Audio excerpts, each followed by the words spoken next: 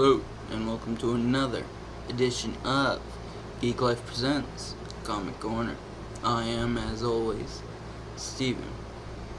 And today, we're going to talk about not one, not three, but two comic books. That's right. Two.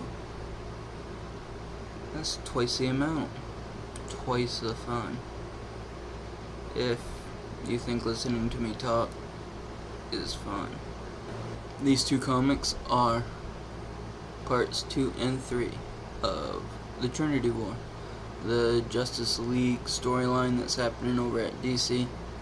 In the last episode, I talked about Trinity War Part 1 and Justice League. Part 2 is in Justice League of America, number 6. This issue picks up right after where Justice League 22 ends, which is we're at Kandak, and the Justice League and Justice League of America are fighting, and Superman has already killed Dr. Light. So everybody's going at it, butting heads. You got Justice League members with their counterparts on Justice League of America, kind of like just not getting anywhere, because Justice League of America was made to counteract the powers of Justice League in case they had to stop them, because that's how Steve Trevor and Amanda Waller roll. Finally ends when Superman punches the ground and is like, stop, and he turns himself in. So the Justice League and Justice League of America take him back to Argus, which is where Justice League of America was formed, created, whatever you want to call it, and they strapped Superman in a chair with a helmet to keep his heat ray vision from, decimating anybody else, since that's how he killed Dr. Light. While Superman is strapped into this contraption, which seems to be negating his powers,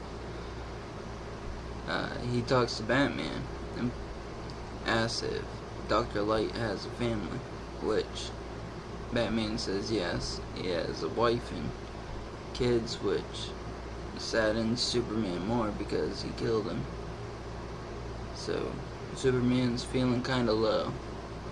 If he had a razor blade, he probably would have slit his Kryptonian wrists, or bent the razor blade trying, because he has impenetrable skin, unless it was a kryptonite razor blade, in which he could theoretically just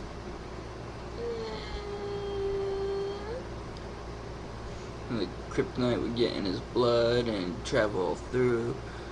But Superman is sickly now anyway, so the kryptonite blade would kill him probably just by getting near his skin.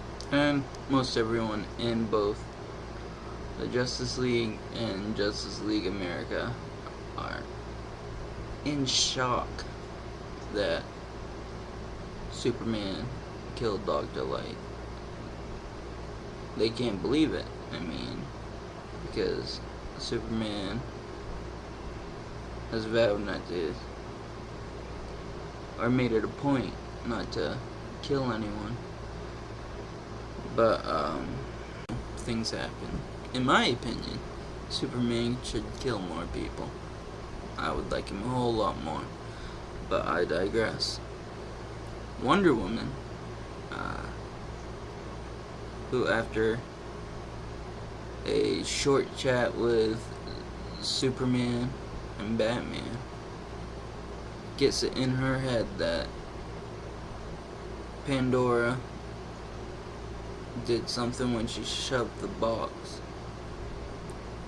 into Superman, and therefore what's happening to Superman and making him look sickly and giving him a cough is supernatural. So Wonder Woman books it out of Argus and goes off in search for John Constantine and Justice League Dark. Back in the room that Superman's being held in, though, Steve Trevor comes in and stoops and takes off the helmet and reveals that he's not Steve Trevor. And the last page has him asking Superman, "Do you want to find out who really killed Dr. Light?" Now, of course, Superman isn't gonna say no if he can put the blame on someone else. I mean, seriously. He's a hero who has, to the best of my knowledge, never killed anyone. Or at least made it a point to try not to. And this guy, looking like Steve Trevor, comes in saying, "You know what? It was some motherfucker that killed him, and you're just taking the blame because you're a schmuck." So Superman's like, "Hey, yeah, man, let's find out who fucking did this." And, you know, the rest, as they say, is history. But not really, because you don't find out who is orchestrating everything until the next part of Trinity War.